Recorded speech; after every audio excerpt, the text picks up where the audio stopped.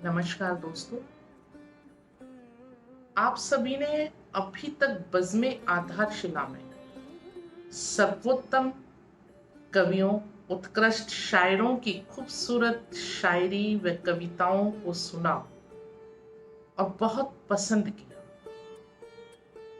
और हमारे लिए ये सबसे बड़ी उपलब्धि है कि हमारे श्रोता व दर्शकों ने हमारे प्रोग्राम को पसंद करते हैं, सुनते हैं। बज़्म आधारशिला और किस्से कहानी नामक एक प्रोग्राम हम आज से आरंभ कर रहे हैं और आशा है कि आपको हमारा ये प्रोग्राम बहुत पसंद आएगा।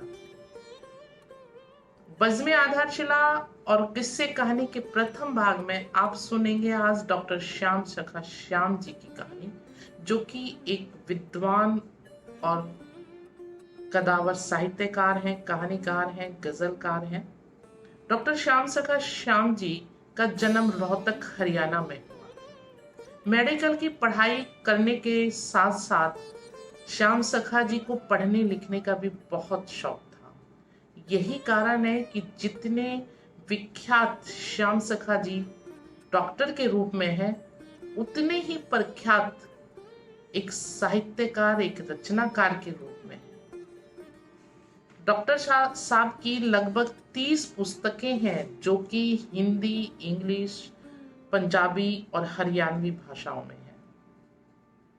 इनकी 3 पुस्तकों में से 5 उपन्यास हैं, 6 कहानी संग्रह हैं, 7 काव्य संग्रह हैं, 3 गजल संग्रह हैं और एक दोहा सतसई भी। डॉक्टर श्याम सखा श्याम जी की का अंग्रेजी उपन्यास स्ट्रॉन्ग वुमेन काफी लोकप्रिय है और आज के माहौल पर corona the virus health A to Z booklet series प्रकाशन के लिए तैयार है।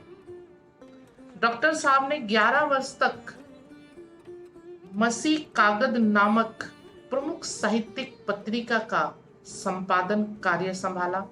वहीं हरियाणा साहित्य अकादमी की साहित्यिक पत्रिका हरिगंधा का 5 वर्ष तक बखूबी संपादन कार्य किया। डॉक्टर साहब मेडिकल एसोसिएशन हरियाणा के अध्यक्ष रहे, तो हरियाणा साहित्य अकादमी के निदेशक के पद को भी इन्होंने सुशोभित किया। डॉक्टर श्याम सखा श्याम जी की कई उपलब्धियों में से एक प्रमुख उपलब्धि ये भी है कि इनके रचना क्रम पर एक PhD, 4 MPhil का शोध कार्य भी संपन्न। डॉक्टर श्याम सखा जी का उपन्यास अपवाद बंगलुरु विश्वविद्यालय के BA प्रथम वर्ष के पाठ्यक्रम में लगा हुआ है, तो इनका एक उपन्यास समझनिए की मर कुरुक्षेत्र विश्वविद्यालय के हिंदी MA फाइनल के पाठ्यक्रम में पढ़ाया जाता है।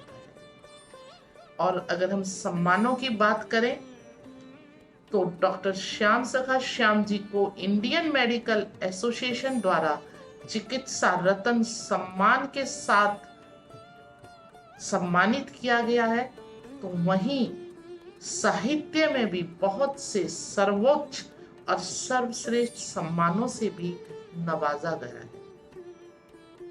तो आइए हम आज के इस प्रोग्राम में सुनते हैं डॉक्टर श्याम सखा श्याम जी की कहानी 3 लड्डू और किसान।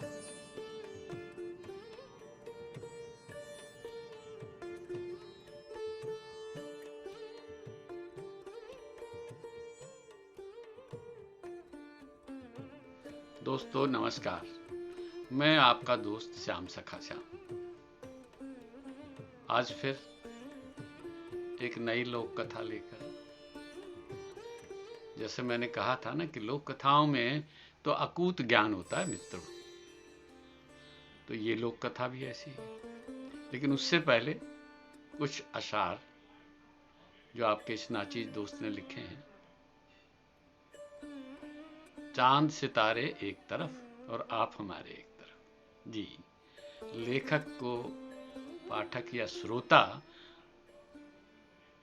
बहुत प्यारे होते हैं। इसीलिए चांद सितारे एक तरफ और आप हमारे एक तरफ। अनुभव की है बात अलग और ज्ञान पिटारे एक तरफ। रूप तुम्हारा खूब मगर नयन कटारे एक तरफ, और तू बस मेरा हो जा बाकी सारे एक तरफ। जी, जिससे प्रेम करता है व्यक्ति, अगर वो अपना हो जाए। लेकिन आज हम जो बात करेंगे वो अनुभव की होगी कि अनुभव की है बात अलग और ज्ञान पिटारे एक तरफ। तो आज अनुभव की बात होगी। हरि सिंह किसान था, बहुत गुणी किसान था। किसान वैसे तो सारे ही गुणी होते हैं मित्रों, लेकिन हरि सिंह पढ़ा हुआ तो नहीं था, लेकिन कढ़ा हुआ था। हरियाणवी में अनुभवी को कढ़ा हुआ कहते हैं कि जो जिंदगी के दुख सुख से निकल के आया हो वही व्यक्ति कढ़ा हुआ कहलाता है। तो हरि सिंह बहुत कढ़ा हुआ व्यक्ति था। आसपास गांव देहात में, गांव गुहांड बोलते हैं हमारे को आसपास के गांव में, उसका बड़ा मान था। लोग पंचायतों में उसको पंच चुनते थे। लेकिन उसे एक बात का बड़ा दुख था कि उसे अक्षर ज्ञान नहीं था। तो वो चाहता था कि उसके औलाद पढ़ लिख जाए। तो उसने अपने, पुराना जमाना था दोस्तों, बहुत पुराना जमाना था, तो उसने अपने बेटे विद्यानंद को पढ़ने के लिए काशी जी भेज दिया। काशी जी उस जमाने में विद्या का सबसे बड़ा स्थान थी, आज भी है लेकिन आज किसी और वजह से है। तो मित्रों, विद्यानंद वहां पढ़ने चला गया। दोस्तों, अनुभव की बात चल रही थी तो मैं कह रहा था कि हर प्रदेश के रीति रिवाज, उसकी खान पान प्रकृति के अनुसार होते हैं। अब ये देखिए ना, यूरोप में अंग्रेज लोग खाने के बाद मीठा, जिसे वो डेजर्ट कहते हैं, आइसक्रीम वगैरह खाते हैं, जबकि हमारे यहां अक्सर मीठा पहले दिया जाता था। अंग्रेजों के साथ रह रह के हमने भी मीठा बाद में खाना सीखा। मित्रों, इसमें दोनों ही ठीक है, कोई गलत नहीं, क्योंकि यूरोप ठंडा देश है। वहां आप भी जब सर्दियों में खाना खाते होंगे तो खाने के बाद ठंड लगती है, और अगर मीठा खाएं तो उससे इंस्टेंट एनर्जी आती है, तो ठंड नहीं लगती। हमारे यहाँ क्यों मीठा पहले देते थे और बाद में नमकीन खारा देते थे? वो इसलिए मित्रों कि हमारे यहाँ ये ठंड का तो कोई हिसाब किताब 1-2-4 महीने होती है, आजकल तो 1-2 महीना ही होती है। लेकिन अगर खाने में मीठा पहले खाया जाए और क्षारीय नमकीन पदार्थ बाद में खाए जाएं, तो उससे दांत साफ रहते हैं। जो अमल है वो दांतों को साफ कर देता है मित्रों। तो इसलिए हमारे यहाँ नमकीन या खारा बाद में खाते थे। उसके बाद पान भी देते थे ना दोस्तों। क्यों देते थे पान? वो भी उसको, और हमारे बुजुर्ग आपने देखा होगा, एक लोटा भर पानी से कुल्ला करते थे। वो पानी के जो जेट थे उनसे दांतों के बीच में फंसा हुआ अन्न जो था वो साफ हो जाता था। तो ये बात तो थी अनुभव की। तो हमारे यहाँ मैं बतला रहा था कि हरि सिंह का पुत्र विद्यानंद चला गया काशी जी। कई वर्ष बाद पढ़ के आया। उस जमाने में कोई न फोन थे, चिट्ठी कोई एकाध होती थी। खैर वो आ गया। हरि सिंह गया हुआ था मित्रों खेत में। मां ने उसे देखा, बड़ी प्रसन्न हुई, मां के पांव छुए। तो मां ने कहा, बेटे मैं तेरे लिए खाना बनाती हूं और तू नहा के आ जा। कुआं बाहर था, कुएं पे विद्यानंद बाल्टी भर भर कर खूब नहाया और वापस आया तो मां ने उसके थाली में सबसे पहले 3 लड्डू रख दिए चूरमे के। चूरमा हरियाणा का सबसे पसंदीदा डेजर्ट है दोस्तों। आटे की रोटी या पराठे को छोटे टुकड़े करके मसल के घी और शक्कर डाल के बनाया जाता है, खूब सारा घी। हाथ भी चिकने हो जाते हैं। उसके बाद हम बचपन में जब खाते थे तो अपने हाथों से उस घी को हटाने के लिए मुंह पर मारते, मुंह भी चमक जाता था। तो भैया जी 2 आटे उसके चूरमे के लड्डू से, पिंड बोलते हैं हमारे यहाँ, वो बनाकर प्लेट में रख दिए कि बेटा खा ले। अभी उसने खाना शुरू नहीं किया था, उसने अपने मंत्र बोले थे, क्योंकि पढ़ के आया था। तो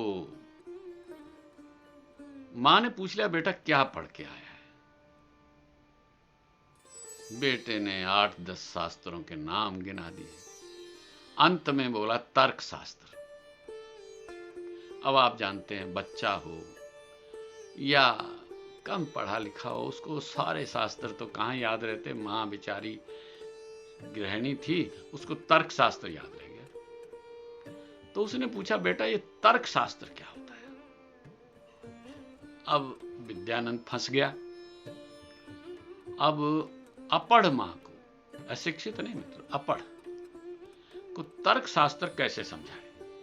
उसने क्या किया, उसने कहा, अच्छा मां, मैं आपको उदाहरण से समझाता हूं, ऐसे तो नहीं आएगा समझे। उसने कहा, ठीक है बेटे, उदाहरण से समझा दे। तो उसने कहा कि मुझे ये बताओ कि पहले तो उसने कहा कि तर्क जो है वो असंभव को संभव सिद्ध करने की विद्या है। देखिए बच्चों, असंभव को संभव सिद्ध करने की विद्या, वो भी समझ में नहीं आया मां को। उसने कहा, चलो मैं उदाहरण देकर समझाता हूं कि देखो कि इस प्लेट में कितने लड्डू हैं? कि दिख रहे हैं, 2 हैं। तुझे नहीं दिखते? मां ने कहा, झिड़क कर, प्यार में झिड़क कर। उसने कहा, मां मैं ये सिद्ध कर दूंगा कि 2 नहीं 3 लड्डू। मां ने कहा, अरे बेटे तू क्या जादू सीख के आया है? हमने तो तेरे को पढ़ने भेजा था, तू क्या सीखा है? कि नहीं मां, जादू नहीं सीखा। कि फिर कैसे करेगा? कि देखता कि हाथ की सफाई से करेगा। कि नहीं, मैं इसको हाथ भी नहीं लगाऊंगा। मां हंसने लगी कि बेटा मां से मजाक कर रहा है। उसने कहा, नहीं मां। कहते, अच्छा सिद्ध कर। कहते, आप गिनो। उसने, मां ने एक पे हाथ लगाया 1 और दूसरे पे लगा 2। कहता 2 ही तो हैं। कहता आपने कहा 1 और 2, तो 1 और 2 तो 3 होते हैं। अरे बावले 2 ही तो हैं। अच्छा फिर गिन।